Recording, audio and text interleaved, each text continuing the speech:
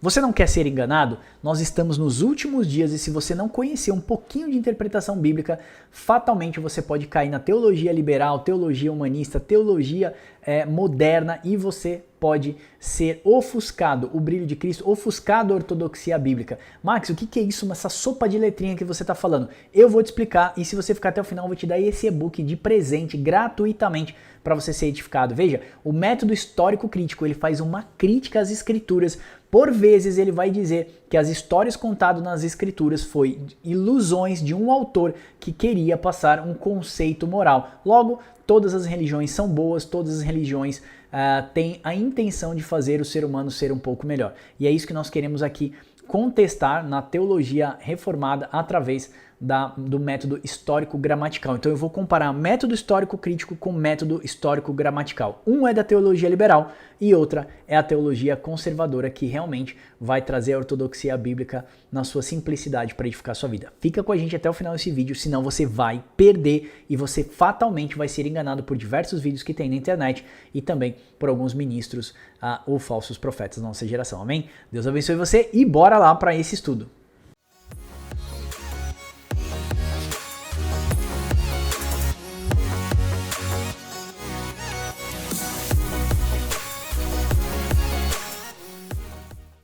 Vamos lá, pessoal, o que me levou a fazer esse vídeo? Na verdade, uma irmã do nosso canal, ela me mostrou um dicionário bíblico.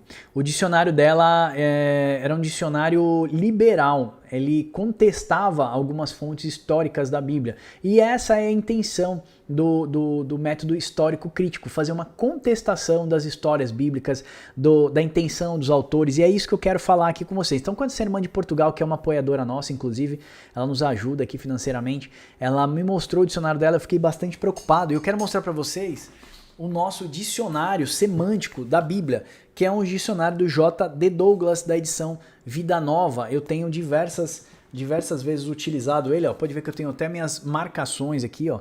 Eu tenho minhas observações. Então eu super indico um dicionário semântico, o dicionário da Bíblia do J.D. Douglas, da editora Vida Nova. Mas que é um dicionário semântico, ele vai apresentar a palavra dentro do seu contexto, ele vai pegar uma palavra e não vai somente falar da etimologia da palavra, ele vai trazer a palavra para o seu contexto, porque muitas vezes a palavra, por exemplo, uma palavra adoração é utilizada dentro de um contexto, mas lá na frente essa adoração, ela tem um outro significado, uma outra ideia. Então quando fala sobre sepultura, a pessoa descer a sepultura não quer dizer que está falando do ambiente físico, Guiena, não está falando de um ambiente físico, por exemplo, um Hades, ele está falando simplesmente que a pessoa morreu e desceu a sepultura, ou seja, seu corpo está sepultado. Então, para a gente não pegar uma palavra e julgar essa palavra em todos os contextos bíblicos, a gente precisa entender a intenção do autor e o contexto que ela foi inserido, tá? É tipo a palavra manga, manga de roupa ou manga de fruta, é a mesma coisa o dicionário semântico, ele vai apresentar aquela palavra não na sua etimologia, somente seu significado original, mas ele vai trazer a semântica, quando que ela foi utilizada, qual era a intenção do autor, quais passagens ela também foi utilizada em semânticas diferentes, em contextos diferentes, em objetivos diferentes, qual que era a intenção do autor a falar isso. Então, o dicionário Strong, ele só vai te dar a etimologia. Se você pega um dicionário Strong, aquela palavra que você clica em cima e ele te dá já o significado da palavra, ali é um grande erro você fazer uma exegese com aquele significado, porque você corre um grande risco, eu diria que mais 50% a 70% de chances de você errar o contexto ao qual o autor se referiu àquela palavra, ok? Então a gente não pode pegar a palavra, eu estudei no hebraico, essa palavra significa isso, e aplicar ela para tudo na sua vida. Não é assim. Nós temos hoje um dicionário bíblico, por exemplo, português, que ele vai ter mais de 350 a 450 mil verbetes. Naquela época nós tínhamos 90 mil verbetes, então uma palavra podia significar muitas coisas, e como que a gente faz a interpretação dela? Olhando para o contexto dela. Por isso, o dicionário semântico, ele apresenta uma melhor solução. Tentei simplificar para vocês, mas é basicamente isso. E quando essa irmã me mostrou esse dicionário dela que não apresentava semântica, mas que ele tinha um contexto liberal, eu fiquei bastante preocupado, porque era um contexto crítico, histórico crítico. Ou seja, eu vou apresentar para você um método histórico crítico e o método histórico gramatical. Histórico gramatical que nós nós fazemos, e eu vou te explicar o que nós entendemos que traz melhor a luz das escrituras, porque o histórico crítico ele vai criticar as fontes, criticar o autor, ele vai criticar a suficiência das escrituras e por aí vai, beleza? Então esse primeiro foi o ponto que me levou a escrever isso. O método histórico crítico, quando que ele se iniciou, Max? Esse foi um método que surgiu no iluminismo europeu. Não sei se você lembra do iluminismo ali no século XVII, que veio da filosofia da sabedoria humana, que nós não precisamos mais da Bíblia, não precisamos mais da religião, a religião nos aprisiona, a religião nos traz medo. Então a filosofia trouxe todo um método ali, né, do iluminismo. Agora somos iluminados, já temos a nossa mente pensante e não precisamos das escrituras. Mas esse desenvolvimento do método histórico crítico, ele se baseou no iluminismo europeu lá do século XVIII e foi desenvolvido especialmente no século XIX dentro das grandes universidades alemãs. Por isso que eu tenho um pouquinho de deficiência com a teologia da Europa, principalmente a teologia alemã, que é uma teologia mais liberal. O Wilber até gosta de alguns teólogos, mas eu ainda tento me reservar um pouquinho disso, tá? Ele refletia a ideia iluminista que a razão humana deveria ser o critério final para a interpretação da realidade bíblica, ou seja, da Bíblia, né? O objetivo era investigar as origens históricas do texto bíblico, buscando entender como esse texto foi formado ao longo do tempo. Ou seja, o método histórico crítico ele vai enfatizar as fontes, a autoria, ele vai criticar a edição, ele vai criticar os contextos socioculturais e as camadas de composição. Existem outros métodos críticos, tá, desse método histórico crítico, mas eu coloquei as principais que os grandes teólogos colocam, que é seja a crítica das fontes, crítica da autoria, crítica da edição, contextos socioculturais e por aí vai, tá bom? Eles usam ferramentas acadêmicas para fazer essas críticas, tá? Principalmente crítica das tradições, a crítica da redação. E muitas vezes eles partem de uma perspectiva sempre racionalista, tratando o texto como qualquer outro documento antigo, ou seja, a Bíblia é um documento de 3, 4 mil anos atrás, então eles sempre fazem a crítica do texto e colocam esse texto sempre em pé de igualdade com outros textos escritos no mesmo tempo, tá? Frequentemente eles sempre vão contestar e questionar a autenticidade desse livro e dos seus autores também. A crítica comum fala que, às vezes, ele acaba até relativizando a autoridade bíblica, dando mais valor à reconstrução histórica do que os conteúdos. Grandes expoentes dessa visão, eu vou colocar aqui para você, que é o Salomon. Acho que você já ouviu falar, o Johann Salomon, de 1725 a 1791, ele foi considerado o pai da crítica moderna, crítica bíblica moderna, tá? Tem o Julius Wellhausen, eu vou deixar para vocês o e-book, depois vocês vão dar uma lida completa. Ele foi criador da hipótese documentária. Tem esse talvez o mais conhecido também junto com o Salomon, é o Rudolf Bultmann. Eu já ouvi falar demais do Bultmann, inclusive vi um teólogo falar que gosta demais do Bultmann. Ele buscava desmitologizar o Novo Testamento, separando Jesus histórico da fé. Ou seja, ele dizia que essa questão dos milagres de Jesus era, deixa eu dar um exemplo para vocês, eram mitos, tá? Para que as pessoas afirmassem uma divindade de Jesus. Então ele separava o Jesus histórico, tá, como ser humano, carnal e tudo, do Jesus espiritual. Ele dizia que isso não existia. Então, era o estudo dos mitos, né? Mitologia é exatamente isso. Mito é uma fonte que não é confiável ou que não aconteceu, era uma alegoria, e logia de estudo. Então, mitologia era exatamente isso. Separava Jesus dos seus milagres. E os milagres eles colocavam como um mito. Ou seja, os apóstolos gostavam tanto dele, ele foi uma pessoa que abençoou tanto a igreja através dos seus ensinos, então eles criaram mitos para dar poder, né? Para potencializar, por exemplo, o Jesus espiritual, tá bom?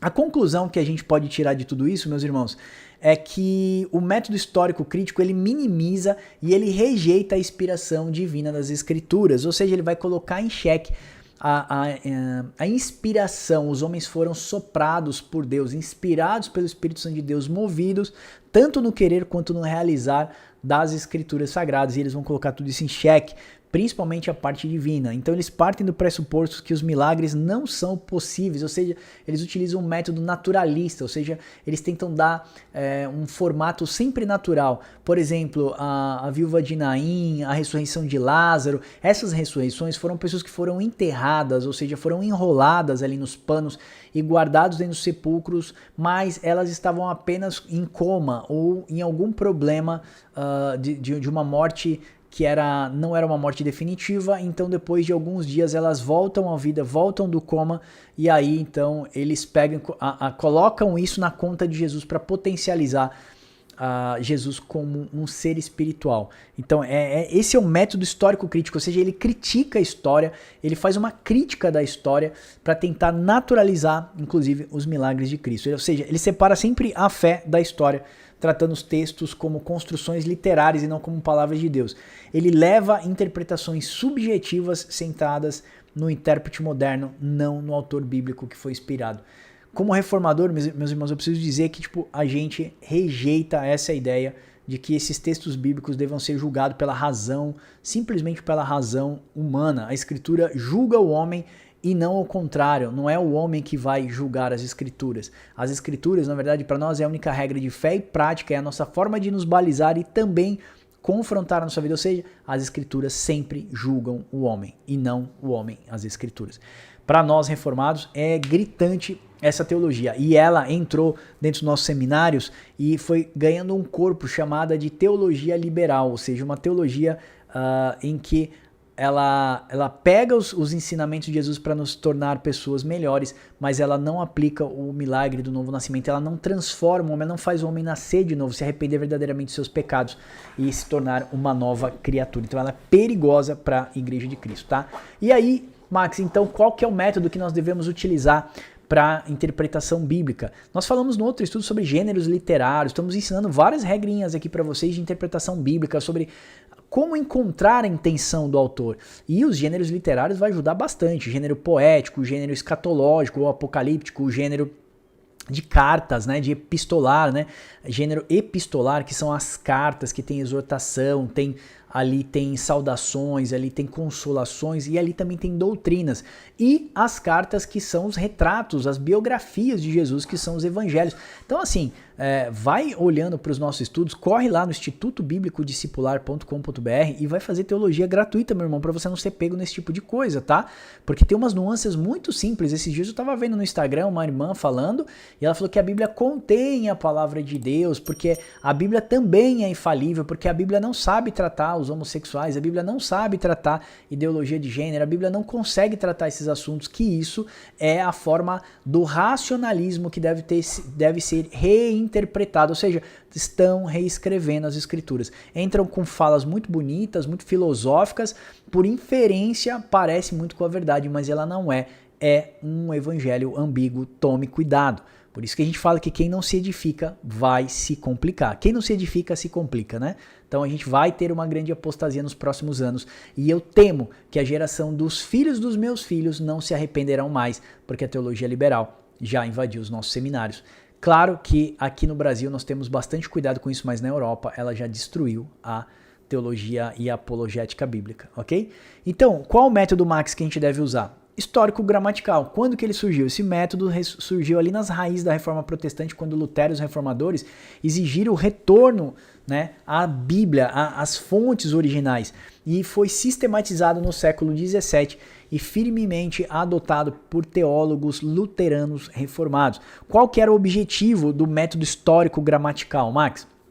Compreender o sentido original e literal do texto bíblico, tal como foi intencionado pelos autores inspirados por Deus. Ou seja, o método histórico-gramatical, ele tenta entender a gramática, a linguística, o conceito, a semântica, igual eu mostrei para vocês no dicionário semântico, para interpretar qual a intenção do autor. Quando Marx escreveu isso, para quem ele escreveu, em que tempo ele escreveu, qual foi a cultura que foi escrita, qual era a intenção deles. Olha, era edificar, era exortar, era dizer... Judas, por exemplo, escreve: temo que tenham transformado a graça de Cristo em uma graça barata.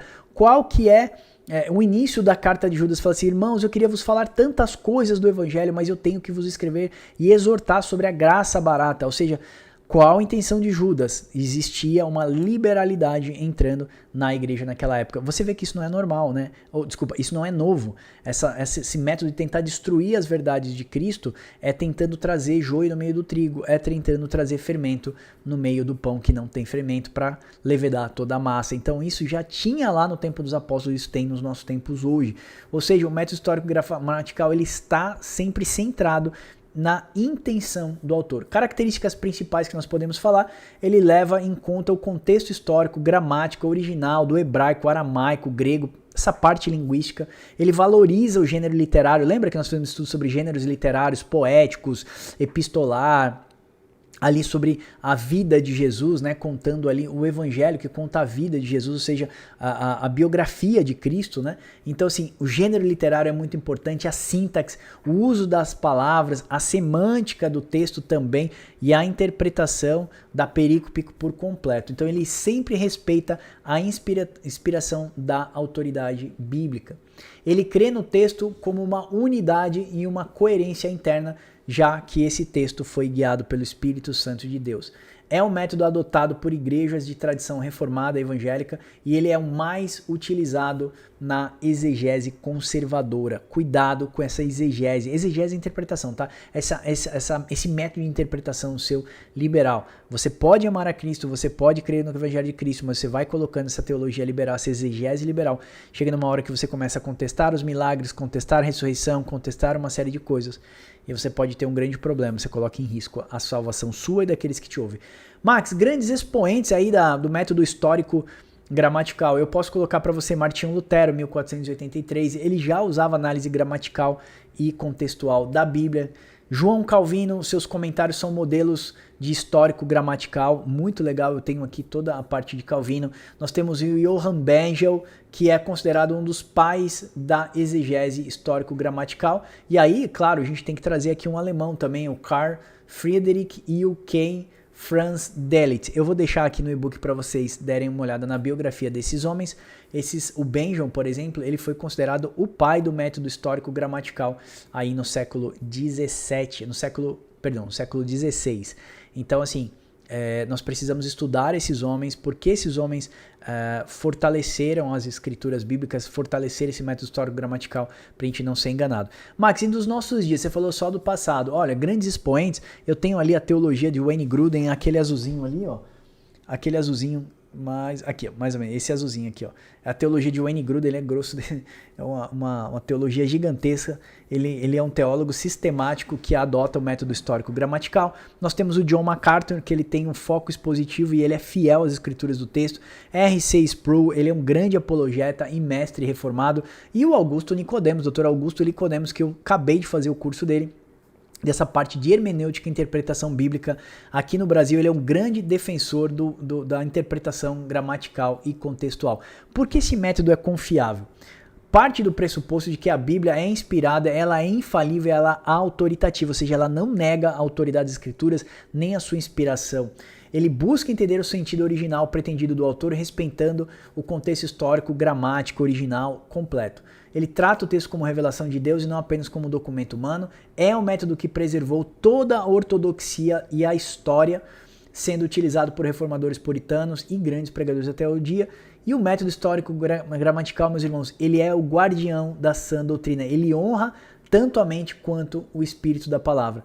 Então, a ideia desse estudo aqui não é só fazer uma comparação desses dois métodos, é mostrar para você que nós precisamos ter fidelidade às escrituras, nós precisamos viver nesse tempo amando a sã doutrina e não relativizando a sã doutrina dentro da igreja, que é o que nós vemos algumas coisas. Quando você fala de sã doutrina, as pessoas falam já que você é um legalista.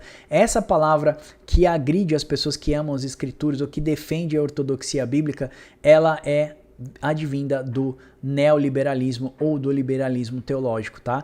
Então você fala assim, olha, eu oro, eu jejuo, eu faço tal coisa, você é um legalista. Geralmente é isso que a gente ouve por aí, tá? Então assim, a gente precisa entender que a gente não pode colocar a razão humana acima das escrituras nunca, tentar com o nosso intelecto e a nossa parte filosófica entender e julgar as escrituras, porque é a escritura que nos julga. Aplicação prática para as nossas vidas, a gente precisa confiar na suficiência das escrituras, não aceitar as interpretações que são colocadas na nossa mente de uma forma liberalista ou filosófica, tá? Então confie sempre na autoridade das escrituras, estude com reverência todos os métodos, use ferramentas gramáticas, contextos históricos, ore para que o Espírito Santo guie você nessa jornada de interpretação e todas as vezes que você for ensinar uma pessoa, ensine com a convicção, ensine seus filhos, ensine a sua esposa, ensine que as escrituras são inerrantes, são infalíveis e elas foram inspiradas por Deus. Outra coisa, meus irmãos, tenha sabedoria para você julgar as fontes. Julga a fonte de um dicionário. Eu apresentei aqui para vocês o dicionário bíblico que nós temos, né, o dicionário bíblico, mas todos os livros que eu pego, até por comentários bíblicos, eu sempre julgo as fontes, se ela está ali colocando em xeque a palavra de Deus ou não. Se alguma fonte colocar em xeque a palavra de Deus, alguma coisa que nós aprendemos na origem, devemos descartar esse tipo de material, ok? Então eu espero que Deus levante a nossa geração como verdadeiros guardiões da ortodoxia bíblica, guardiões da palavra de Deus, porque nós vivemos um tempo em que as escrituras são colocadas em xeque, o cânon bíblico é colocado em xeque, autores bíblicos são colocados em xeque, são chamados de malditos, hereges, e nós vimos tudo isso acontecendo no início da igreja cristã, a perseguição à palavra de Deus, colocando os discípulos em xeque, colocando os pais da igreja em xeque, e agora nós temos no nosso tempo um grande ataque às escrituras. Devemos fazer um vídeo ainda falando sobre a canonização, como que se formou o cânon bíblico, os livros da Bíblia, para você poder ter confiança na sua fé.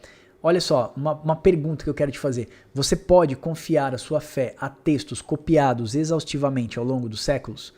Eu posso afirmar com toda certeza, como estudante da palavra de Deus, bacharel em teologia, pós-graduando, 2 pós-graduação e agora nós vamos começar o mestrado, eu posso dizer uma coisa para você. Sim, você pode confiar a sua fé a textos copiados exaustivamente ao longo dos séculos, porque Deus foi responsável por preservar a sua palavra e guardar um grande manual de instruções. Mais do que um manual, ele é a própria palavra de Deus, aberto, ele é a boca de Deus, que nos instrui e nos ensina todas as coisas, amém? Espero que esse vídeo tenha te abençoado. Eu peço perdão porque o vídeo ficou um pouco longo, nós estamos falando de um assunto que é técnico, mas ao mesmo tempo ele é prático para as nossas vidas. Se não entendermos, podemos ser enganados. Estamos num tempo de grande apostasia e nós precisamos nos precaver disso, ok? Se você puder nos abençoar, não esqueça que lá no nosso site papocomdeus.com.br/revistas, nós temos as revistas de estudo bíblico do Papo com Deus. Você pode abençoar esse ministério aqui, financiar esse ministério para continuar ensinando boa teologia gratuita, tá bom? Então, papocomdeus.com.br tem as nossas revistas e também temos os nossos livros no papocomdeus.com.br/livros, amém? Espero que esse vídeo tenha te abençoado e aguardo você no próximo. Deus abençoe vocês e até o próximo Papo com Deus. Chegou a revista ilustrada de estudos bíblicos do Papo com Deus. Apontando a câmera do seu celular para o QR Code em cada página, você vai encontrar um vídeo sobre o estudo que você está lendo. Na revista tem mapas, linha do tempo, infográficos incríveis que facilitam o seu aprendizado. Se você gosta de estudar a Bíblia, não perca tempo e acesse já essa oportunidade. Colecione os nossos estudos. Peça já a sua, embarque com a gente nessa jornada rumo ao conhecimento da Palavra de Deus.